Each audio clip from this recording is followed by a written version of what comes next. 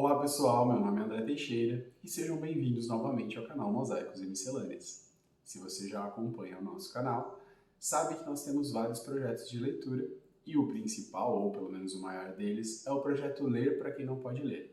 Nesse momento, nós estamos lendo a coleção do Rick Riordan, do autor Rick Riordan, do Percy Jackson e os Olimpianos. Nós estamos no terceiro livro, A Maldição do Titã. E hoje eu vou ler para vocês o capítulo 9. Mas antes, se é a sua primeira vez por aqui, ou mesmo que não seja, se você está vendo esse vídeo, já deixa a sua curtida aqui embaixo, já deixa o seu joinha. Se você ainda não é inscrito no canal, se inscreve no nosso canal. Os projetos continuam, temos ainda aí algumas ideias muito legais por vir, então não deixe de acompanhar. Se você entrou aqui de repente também, as playlists com os livros anteriores estão disponíveis no canal. É só entrar lá e dar uma olhadinha. O canal é muito legal. E vamos lá para mais essa jornada então. Capítulo 9. Aprendendo a cultivar zumbis. O problema de voar em um Pégaso durante o dia é que se você não tomar cuidado, pode causar um grande acidente de trânsito na autoestrada de Long Island. Tive que manter Blackjack acima das nuvens, que felizmente no inverno eram bem baixas. Avançávamos tentando manter o campo de visão, a van branca do acampamento meio-sangue. E se estava frio no chão, estava mais ainda no ar, com a chuva gelada ferroando minha pele. Eu lamentava não ter levado a roupa de baixo cor de laranja e térmica, que vendiam na lojinha do acampamento. Mas depois da história de Feb e da camiseta com sangue de centauro, não tinha mais certeza se confiava nos produtos de lá. Perdemos a van de vista 2 vezes, mas eu tinha o forte pressentimento de que entrariam em Manhattan primeiro. Portanto, não foi muito difícil encontrar seu rastro novamente. O trânsito estava ruim por causa do feriado. A manhã já ia pelo meio quando chegamos à cidade. Pousei com Blackjack perto do topo do edifício Chrysler e fiquei observando a van branca, pensando que ela iria parar na rodoviária, mas o veículo prosseguiu. Para onde Argus está levando o grupo? Murmurei. Ah, Argus não está dirigindo, chefe, disse-me Blackjack. É a garota. Qual garota? A caçadora, com aquele negócio prateado que parece uma coroa no cabelo. Zoe? Ela mesma.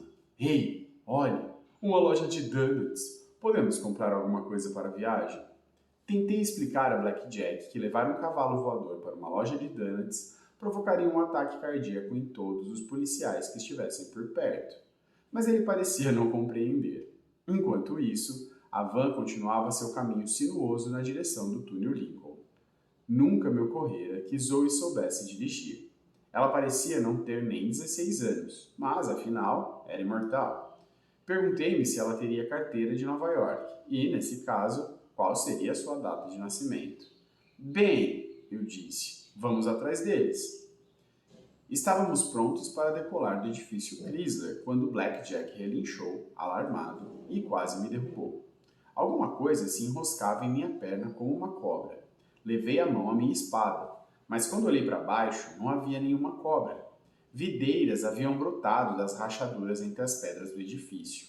Elas estavam se enrolando nas pernas de Blackjack, golpeando meus tornozelos, de maneira que não pudéssemos nos mover. Estão indo a algum lugar? Perguntou o Sr. D. Ele estava encostado ao edifício, com os pés levitando, o agasalho esportivo de estampa de leopardo e os cabelos negros sendo açoitados pelo vento. Alerta dos deuses! Gritou Blackjack. É o cara de vinho! E o Sr. D suspirou exasperado. A próxima pessoa ou cavalo que me chamar de cara de vinho vai acabar numa garrafa de Merlot. Sr. D! Eu tentava manter a voz calma enquanto as videiras continuavam a envolver minhas pernas. O que o senhor quer? Ah, o que eu quero? Você pensou que talvez o imortal e todo-poderoso diretor do acampamento não perceberia sua saída sem permissão? Bem, talvez. Eu deveria tirá-lo de cima deste edifício, sem o cavalo alado, e ver o quanto heróico você se mostra no trajeto até lá embaixo. Cerrei os punhos. Eu sabia que devia manter a boca fechada. Mas o Sr. D estava prestes a me matar ou me arrastar de volta para o acampamento coberto de vergonha. E eu não podia suportar nenhuma das duas possibilidades. Por que o senhor me odeia tanto? Que foi que eu lhe fiz? Chamas púrpuras cintilaram em seus olhos. Você é um herói, garoto. Não preciso de nenhuma outra razão. Eu tenho que ir nessa busca. Tenho que ajudar os meus amigos. Isso é algo que o senhor não compreende. Chefe, disse Blackjack nervoso.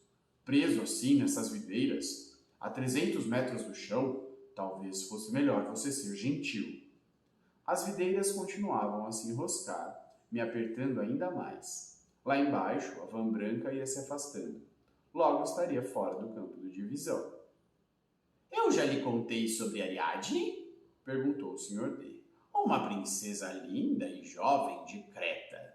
Ela também gostava de ajudar os amigos. Na verdade, ajudou um jovem herói chamado Teseu, também filho de Poseidon. Ela lhe deu um novelo de fio mágico que permitiu que ele encontrasse o caminho para sair do labirinto.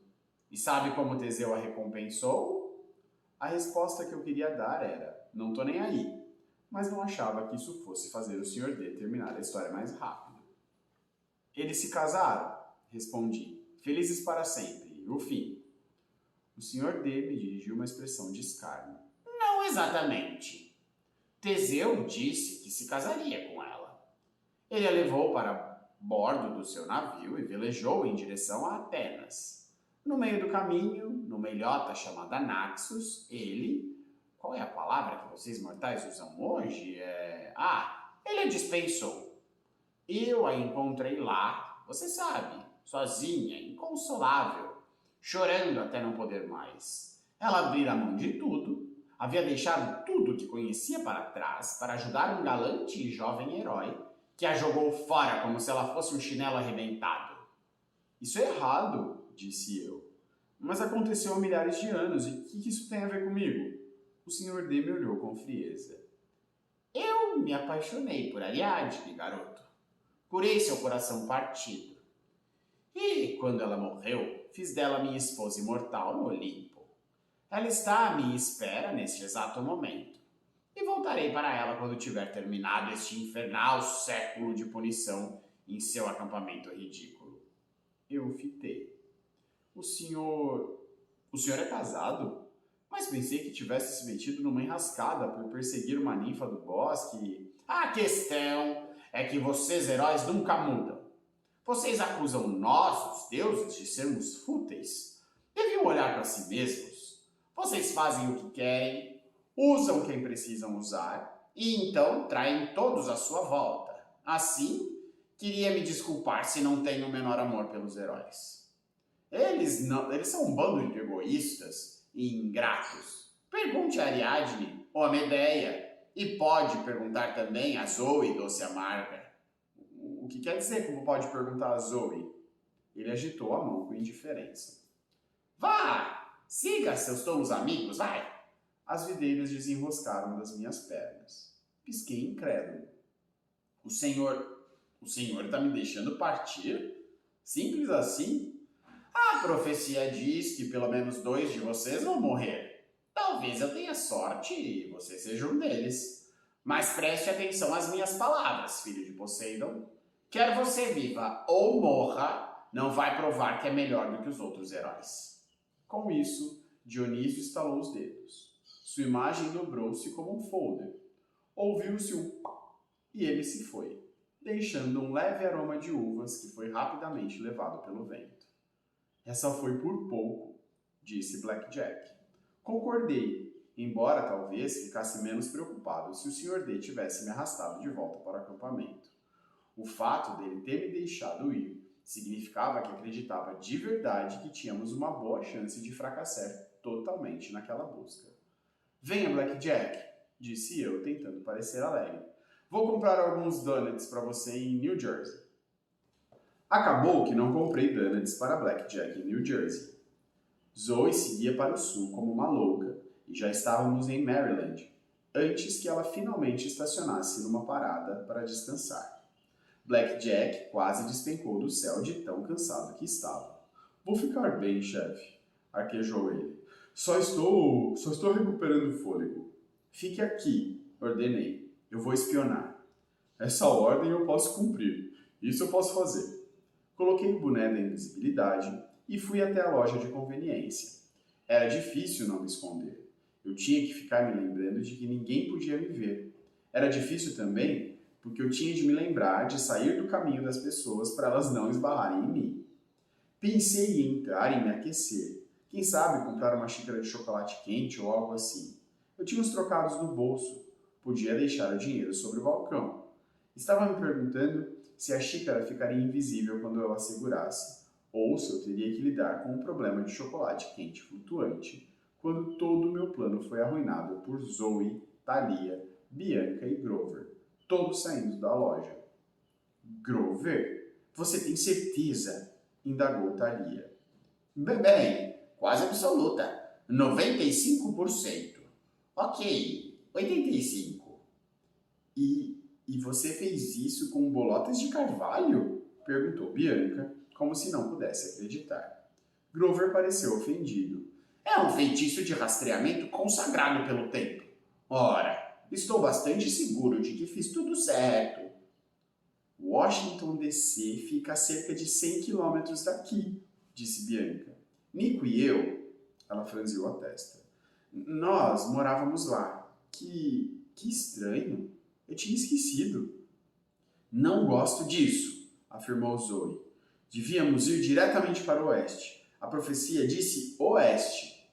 Ah, como se suas habilidades de rastreamento fossem as melhores, grunhiu Thalia. Zoe deu um passo na direção dela.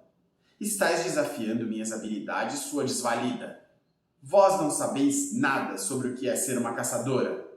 Ah, desvalida? Está me chamando de desvalida? Que diabos é uma desvalida?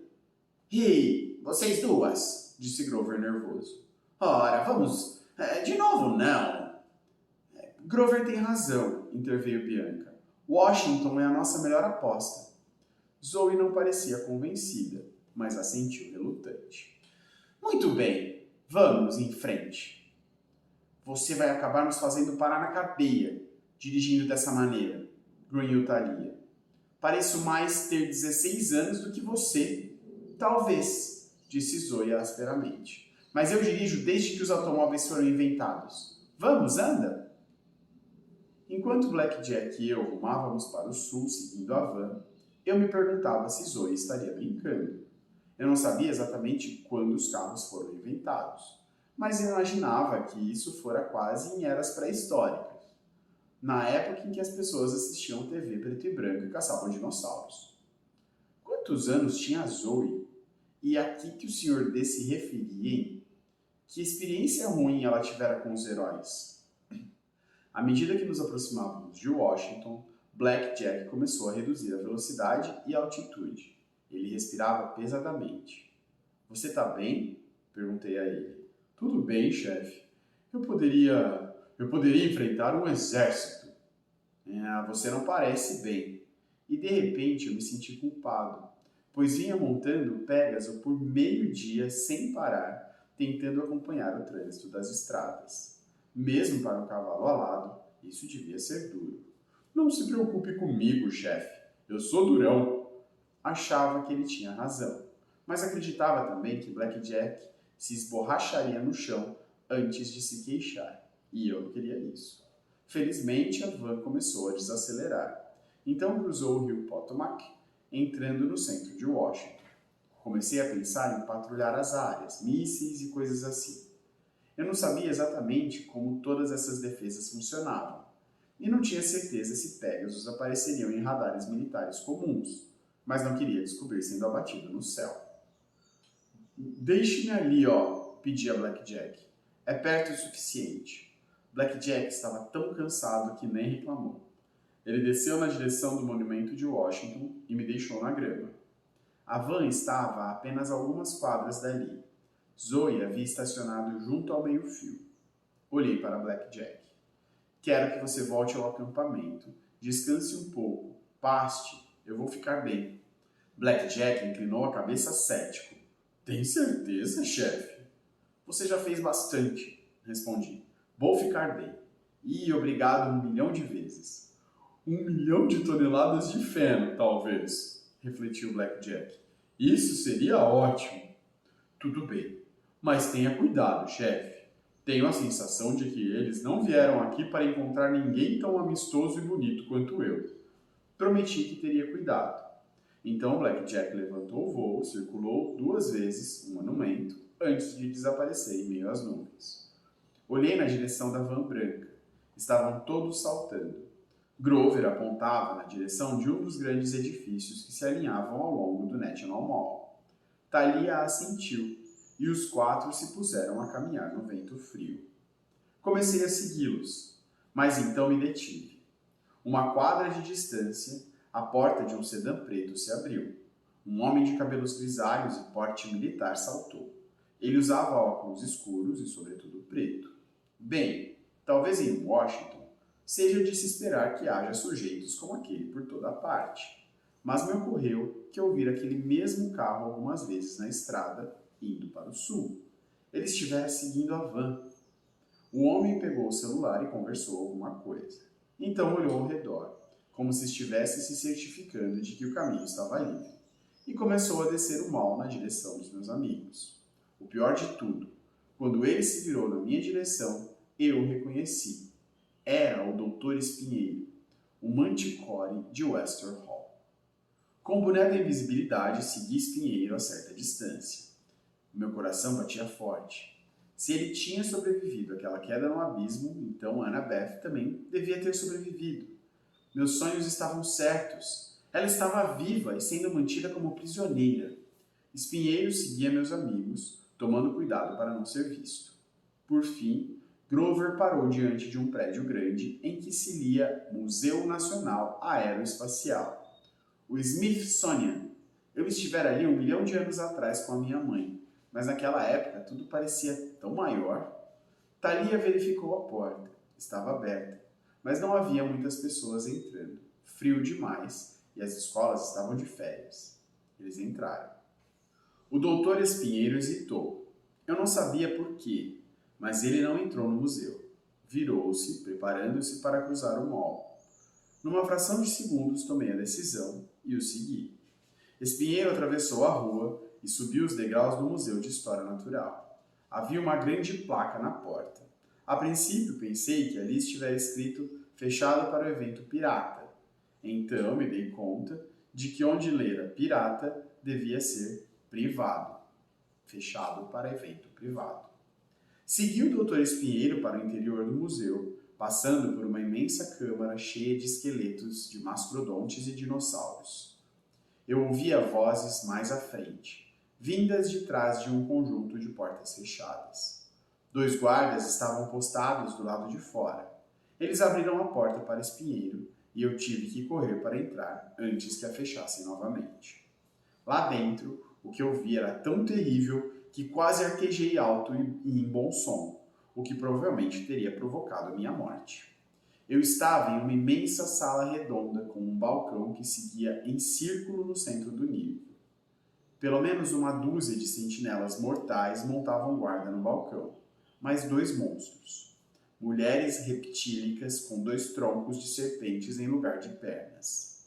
E eu já as vira antes. Annabeth as chamava de víboras de Cícia. Mas isso ainda não era o pior. De pé entre as 2 mulheres cobras, eu podia jurar que ele olhava diretamente para mim. Estava meu velho inimigo, Luke. Ele tinha uma aparência terrível. Sua pele estava pálida e seus cabelos louros pareciam quase cinza, como se tivesse envelhecido 10 anos em apenas alguns meses. O brilho raivoso em seus olhos ainda estava lá, assim como a cicatriz que descia pela lateral do rosto, onde um dragão certa vez o arranhara. A cicatriz, porém, tinha agora um feio tom avermelhado, como se tivesse sido reaberta recentemente. Perto dele, sentado, de forma que as sombras o cobrissem, estava outro homem. Tudo que eu podia ver eram os nós dos seus dedos nos braços folheados a ouro da cadeira, que se assemelhava a um trono. "Então?", perguntou o homem na cadeira. Sua voz era igual à que eu ouvira em meu sonho. não tão apavorante quanto a de Cronos, porém mais profunda e forte, como se a própria terra estivesse falando.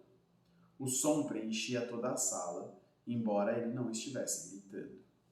O doutor Espinheiro tirou os óculos. Seus olhos de duas cores, castanho e azul, brilhavam de excitação. Ele fez uma reverência rígida e então falou em seu estranho sotaque francês. Estão aqui, general. Sei disso, seu tolo, rugiu o homem. Mas onde? No Museu do Foguete. O Museu Aeroespacial? Corrigiu Luke, irritado. O doutor Espinheiro fulminou Luke com os olhos. Como quiser, senhor. Tive a sensação de que Espinheiro preferia empalar Luke com um dos seus espinhos a chamá-lo de senhor. Quantos? Perguntou Luke. Espinheiro fingiu que não ouviu. Quantos? Perguntou impaciente o general. 4, general, respondeu Espinheiro. O sátiro, Grover Underwood, e a garota com o cabelo preto arrepiado, roupas, como é que se dizem, punk, e um horrível escudo. Thalia, disse Luke. E 2 outras garotas caçadoras. Uma usa um arco de prata na cabeça. Essa eu conheço, grunhiu o general. Todos na sala se mexeram desconfortáveis. Deixe-me pegá-los, pediu Luke ao general. Temos mais do que o suficiente... Paciência, disse o general. Eles já devem estar com as mãos cheias. Mandei um amiguinho para mantê-los ocupados. Mas não podemos pôr você em risco, meu garoto. Garoto, disse o doutor Espinheiro com um sorriso cruel. Você é frágil demais para correr o risco. Deixe que eu acabo com eles. Não! O general se levantou e pude vê-lo pela primeira vez. Era alto e musculoso, com pele morena clara e cabelo escuro penteado para trás com gel. Usava um terno caro de seda marrom como se vê em Wall Street, mas você nunca confundiria esse cara com um corretor. Ele tinha um rosto brutal, ombros imensos e mãos que poderiam quebrar um mastro ao meio. Seus olhos eram como pedra. Eu tinha a sensação de estar olhando para uma estátua viva. Era impressionante que ele pudesse até mesmo se mover. Você já me decepcionou, Espinheiro, disse ele. Mas, general, nada de desculpas. Espinheiro encolheu-se. Da primeira vez que o vi com seu uniforme preto na academia militar, pensei que Espinheiro era assustador. Mas agora, diante do general, Espinheiro parecia um tolo aspirante a soldado. Era o general que interessava. Ele não precisava de uniforme. Era um comandante nato.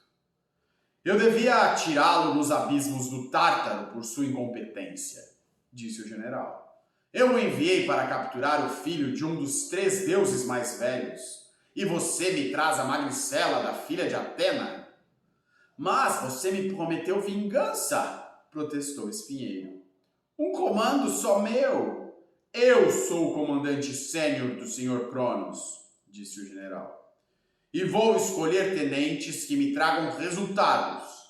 Foi somente graças a Luke que conseguimos salvar o nosso plano. Agora saia da minha vista, Espinheiro, até que eu encontre outra tarefa inferior para você. O rosto de Espinheiro ficou roxo de raiva. Pensei que ele fosse começar a espumar pela boca ou a disparar espinhos. Mas ele se limitou a curvar-se desajeitadamente e deixou a sala. Agora, meu garoto, o general voltou-se para Luke.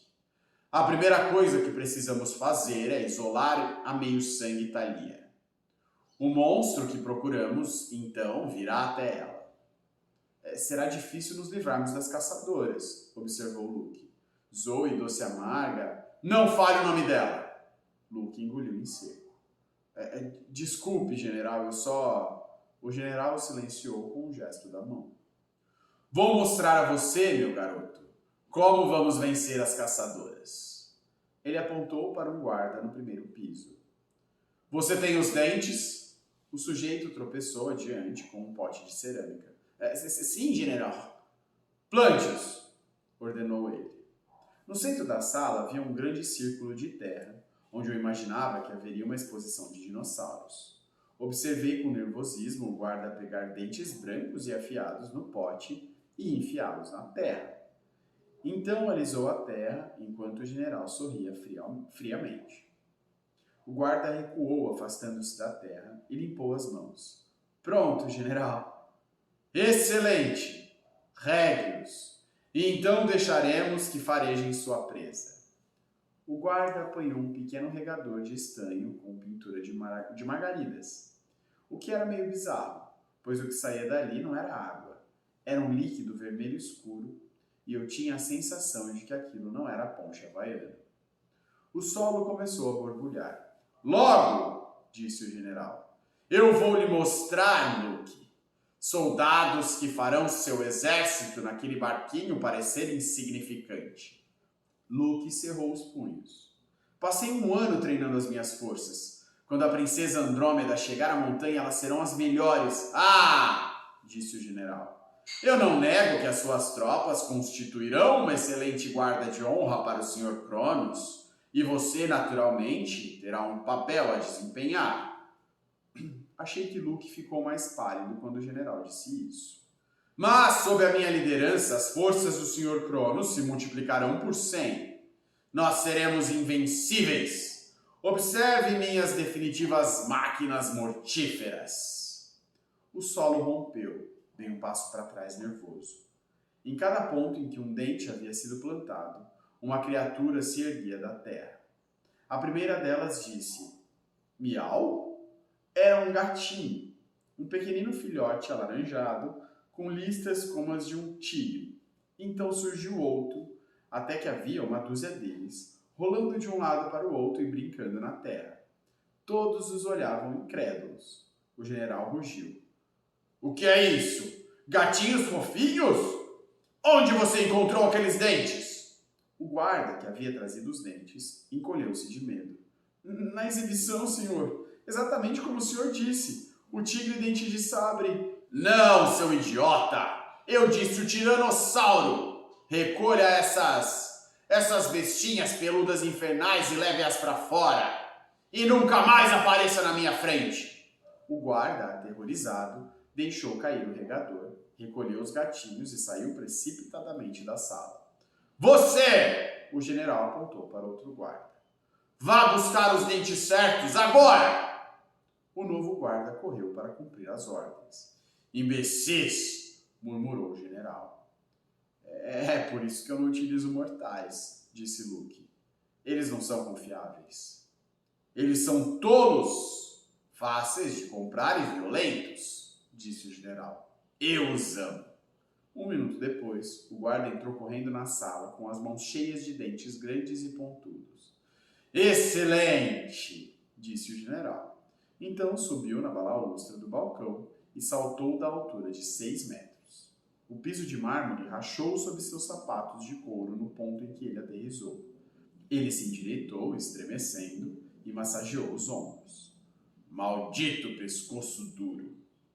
Quer outra compressa quente, senhor? Perguntou um guarda. Mais Tilenol? Não, vai passar. O general alisou o terno de seda e então pegou os dentes. Eu mesmo vou fazer isso. Ele ergueu um dos dentes e sorriu. Dentes de dinossauro? Ah! Esses tolos mortais não sabem nem quando tem dentes de dragão em seu poder. E não se trata de dentes de um dragão qualquer. Estes têm a velha Síbaris em pessoa. Vão servir perfeitamente. Ele os plantou na terra, 12 ao todo. Então apanhou um regador, molhou o solo com um líquido vermelho, atirou o regador longe e abriu bem os braços. Levantem-se! A terra estremeceu.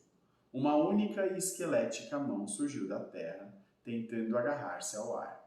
O general ergueu os olhos para o balcão. Rápido! Vocês têm essência? Sim, senhor, disse uma das senhoras cobras. Ela pegou uma faixa de tecido prateado, como que as caçadoras usavam. Excelente, disse o general. Assim que meus guerreiros sentirem esse cheiro, vão perseguir seu dono incansavelmente. Nada poderá detê-los, nenhuma arma que meios-sangues ou caçadoras conheçam. Eles vão estraçalhar as caçadoras e seus aliados. Jogue aqui! Quando ele disse isso, esqueletos surgiram da terra. Eram 12, um para cada dente que o general havia plantado. Não se pareciam em nada com os esqueletos do Halloween, ou do tipo que se pode ver em filmes de quinta categoria.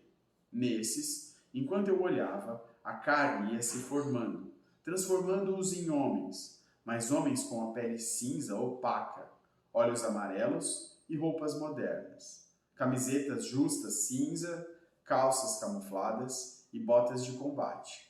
Se você não olhasse com muita atenção, podia quase acreditar que eram humanos, mas sua carne era transparente e seus olhos bruxuleavam sobre ela, como imagens de raio-x. Um deles olhou diretamente para mim, observando-me com frieza, e eu sabia que nenhum boné da invisibilidade o enganaria. A senhora cobra soltou um E-Sharp que flutuou em direção à mão do general. Assim que ele a desse aos guerreiros, eles caçariam Zoe e os outros até destruí-los. Eu não tinha tempo para pensar. Corri, pulei com toda a minha força, abrindo espaço entre os guerreiros e agarrando a E-Sharp no ar. "O que foi isso?" berrou o general. Aterrissei aos pés de um guerreiro esqueleto que sibilou. "Um intruso!" rosnou o general. "Envolto no manto da escuridão! Cerrem as portas!" "É Percy Jackson!" gritou Luke. "Só pode ser!"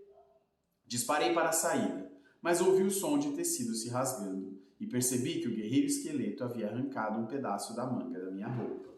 Quando olhei para trás, ele segurava o tecido junto ao nariz, sentindo o cheiro e passando-o para os seus amigos. Eu queria gritar, mas não podia.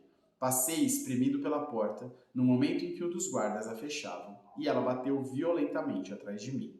Então corri. A parte mais divertida do Percy é que ele é herói. E, assim, como qualquer herói clássico, na hora do perigo ele não consegue pensar muito, ele só age, ele é impulsivo. E aí, assim, nesse finalzinho ele podia ter morrido. Esse é mais um capítulo, assim, no meio da história. Mas tem coisas legais no capítulo. Eu gosto muito da relação dele com o Pégaso dele. Acho o Pégaso um personagem super divertido, na verdade. Mas aí, no meio tem poucas coisas importantes aqui nesse capítulo. Acho que o mais legal é ele conhecer esse general novo aí, que ele nunca tinha conhecido.